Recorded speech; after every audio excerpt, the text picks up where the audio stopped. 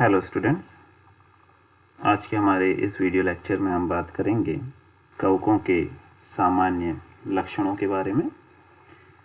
पिछले लेक्चर्स में अपन बात कर चुके हैं कवकों के कुछ सामान्य लक्षणों के बारे में, जिसके अंतर्गत अपन ने बात की थी कवकों की कोशिकीय संरचना के बारे में, उनके पोषण के बारे में, साथ ही साथ जो थैलस होता है उसके प्रकार। फिर अपन ने बात की थी जो कवक जाल हैं उसके प्रकारों के बारे में, और अपन ने अध्ययन किया था जो कवक तंतु हैं उसके कुछ रूपांतर।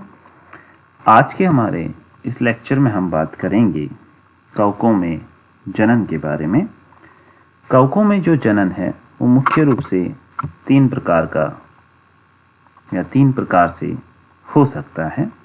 एक वेजिटेटिव रिप्रोडक्शन जिसे कहा जाता है कायिक जनन, दूसरा असेक्सुअल रिप्रोडक्शन जिसे कहते हैं अलैंगिक जनन, और तीसरा सेक्सुअल रिप्रोडक्शन जिसे कहा जाता है लैंगिक जनन। तो एक एक करके बात करते हैं इन जनन की विधियों के बारे में जो कि कवकों के अंदर पाई जाती हैं। तो सबसे पहले बात करते हैं अपन कायिक जनन के बारे में। तो कायिक जनन है, ये विभिन्न प्रकार का हो सकता है, जिसमें फ्रैगमेंटेशन, फिजन और बडिंग है। जो फ्रैगमेंटेशन है, जिसे हिंदी में कहा जाता है खंडन, इसके अंतर्गत क्या होता है कि ये सामान्य रूप से पाया जाता है आपके तंतु में, शैवालों के अंदर, जिसके अंतर्गत जो कवक जाल है वो अनेक छोटे छोटे खंडों के रूप में टूट जाता है, और प्रत्येक जो खंड होता है उससे एक नए कवक जाल का निर्माण हो जाता है, जो कि देखने को मिलता है अपने को राइजोपस, म्यूकर, एस्परजिलस और अल्टरनेरिया कवक के अंतर्गत। नेक्स्ट जो प्रकार है कायिक जनन का वो है आपके फिजन, जिसे कहा जाता है विखंडन। सामान्य रूप से पाया जाता है साइजोसैकेरोमाइसिस सेरेविसाई के अंतर्गत। इसमें जो कोशिका होती है, ये चित्र प्रदर्शित कर रहा है आपके खंडन को। इसके अंतर्गत जो कवक कोशिका होती है वो दो समान पुत्री कोशिकाओं के अंदर टूट जाती है, यानी इस कवक कोशिका का विखंडन हो जाता है दो पुत्री कोशिकाओं के अंतर्गत, और प्रत्येक पुत्री कोशिका से एक नए कवक जाल का निर्माण हो जाता है, या यूं कह सकते हैं एक नई कायिक कोशिका का निर्माण हो जाता है। इसे कहा जाता है आपके विखंडन। अगले प्रकार की यदि बात करें तो ये कहलाती है बडिंग या मुकुलन। ये जो चित्र है ये बडिंग या मुकुलन को प्रदर्शित कर रहा है। इसमें क्या होता है कि जो कायिक कोशिका होती है इससे एक अतिवृद्धि या आउटग्रोथ जिसे कहते हैं वो निकलती है, और इस आउटग्रोथ से, या जिसे अपन कह रहे हैं आउटग्रोथ या बड, इसे मुकुल या बड भी अपन कह सकते हैं, और इस आउटग्रोथ से या बड से एक नई कायिक कोशिका का निर्माण हो जाता है। तो सर्वप्रथम क्या होता है कि जो कवक की कायिक कोशिका होती है उसमें एक छोटा अपन कह सकते हैं छोटी अतिवृद्धि का निर्माण होता है, जो कि एक कलिका या मुकुल के रूप में दिखने लग जाती है, और ये पट के द्वारा जो मुख्य कोशिका है, यहाँ से एक पट बनेगा और मुख्य कोशिका से ये अलग हो जाएगी, और अलग होकर के अब ये दो अपन कह सकते हैं कायिक कोशिकाओं का निर्माण कर लेंगे। तो ये विधि कहलाती है बडिंग या मुकुलन, जो कि पाया जाता है साइज़ोसैकेरोमाइसिस पॉम्बे और अस्टिलागो के अंतर्गत। नेक्स्ट अपन बात करें तो जो नेक्स्ट प्रकार का जनन है जो कवकों के अंदर देखने को मिलता है वो है आपके असेक्सुअल रिप्रोडक्शन या अलैंगिक जनन। जो अलैंगिक जनन है कवकों के अंदर, यह विभिन्न प्रकार के बीजाणुओं के द्वारा या बीजाणुओं के निर्माण के द्वारा पूर्ण होता है। इसमें प्रमुख हैं आपके कोनिडिया, स्पोरेंजियोस्पोर जिन्हें अपन कहते हैं धानी बीजाणु, क्लेमिडोस्पोर और ओइडिया। जो कोनिडिया बीजाणु होते हैं इनका निर्माण सामान्यतः अपन कह सकते हैं कि जो कोनिडिया हैं ये एक तो अचल बीजाणु है, यानी कि इन बीजाणुओं के अंतर्गत आपके कशाभिकाएं हैं वो अनुपस्थित होती हैं, इस वजह से ये अचल बीजाणु है। अब ये जो कोनिडिया हैं इनका निर्माण होता है कोनिडियम धर के ऊपर। देख सकते हैं चित्र के माध्यम से, ये आपके कोनिडिया को प्रदर्शित कर रहे हैं।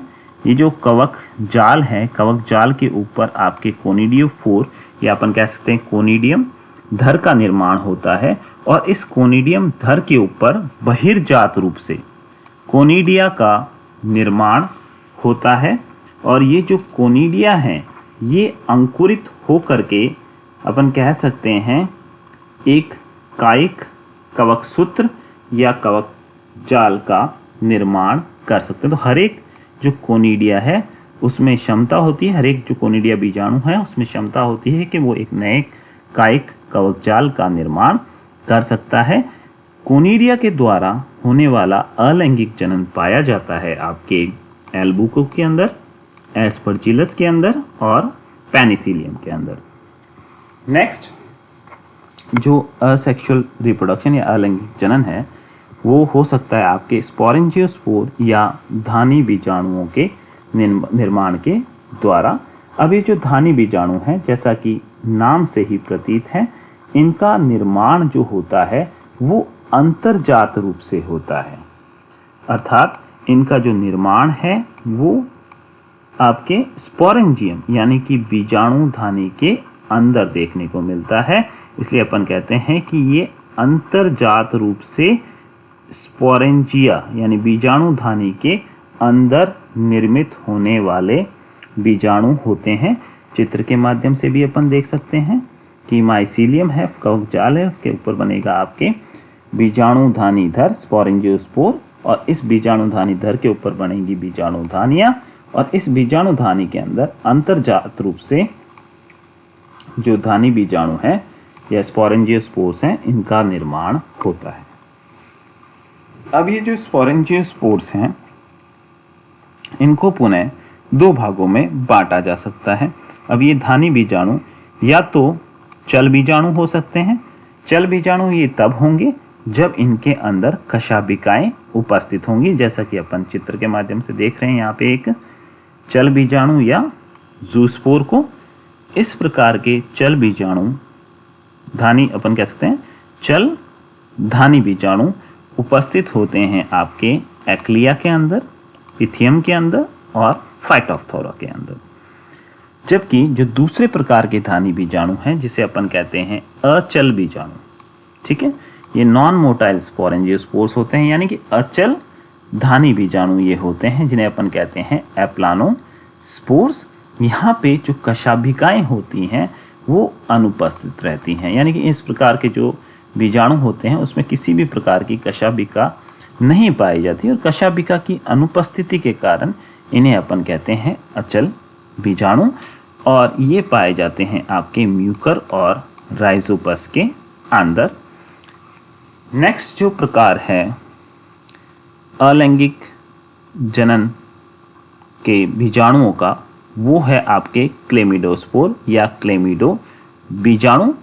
इन क्लेमिडो बीजाणुओं का जो निर्माण है वो आपके अपन कह सकते हैं अनफेवरेबल कंडीशन के अंदर होता है, यानी ये तब निर्मित होते हैं जब जो परिस्थितियां हैं वो प्रतिकूल होती हैं, जब परिस्थितियां अनुकूल नहीं होती हैं, उस कंडीशन में जो कवक हैं वो निर्माण करते हैं आपके क्लेमिडो बीजाणुओं का।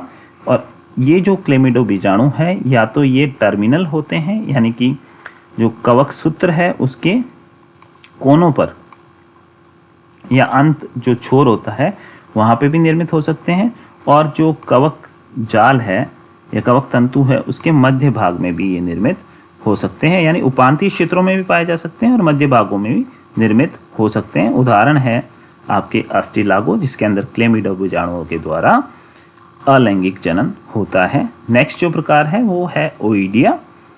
जो ओइडिया हैं इनका निर्माण सामान्यतः उस समय होता है जब जो कवक है उसके पास में जो पोषक तत्व है उनकी भरपूर मात्रा उपस्थित रहती है। तो इस प्रकार के जो बीजाणु हैं वो आपके प्रयोगशाला परिस्थितियों के अंदर जब पोषक तत्वों की अधिकता होती है उस समय निर्मित होते हैं, यानी ये कह सकते हैं कि अनुकूल परिस्थितियों में बनने वाले बीजाणु होते हैं, जैसा कि देखने को मिलता है पेनिसिलियम के अंदर। तो ये बात हुई आज अपने कवकों के अंदर पाए जाने वाले कायिक जनन और अलैंगिक जनन के बारे में। अपना जो नेक्स्ट लेक्चर होगा उसके अंदर अपन बात करेंगे कवकों में पाए जाने वाले लैंगिक जनन के बारे में। धन्यवाद।